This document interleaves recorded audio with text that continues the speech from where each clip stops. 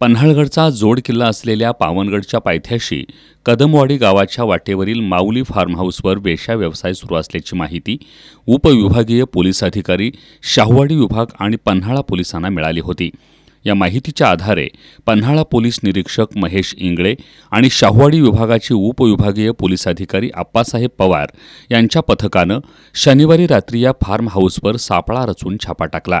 या छाप्यात lodging agent Fatima Desai, सहाय्यक राजेंद्र कांबळे, अमृत गवड हे तिघे वेश्या व्यवसाय चालवत असल्याचं निदर्शनास आलं.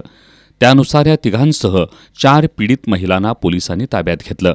या कारवाईवेळी 1500 रुपये रोख रक्कम, 7 मोबाईल फोन आणि इतर साहित्य असा 86,000 रुपये किमतीचा मुद्देमाल पथकानं जप्त केला.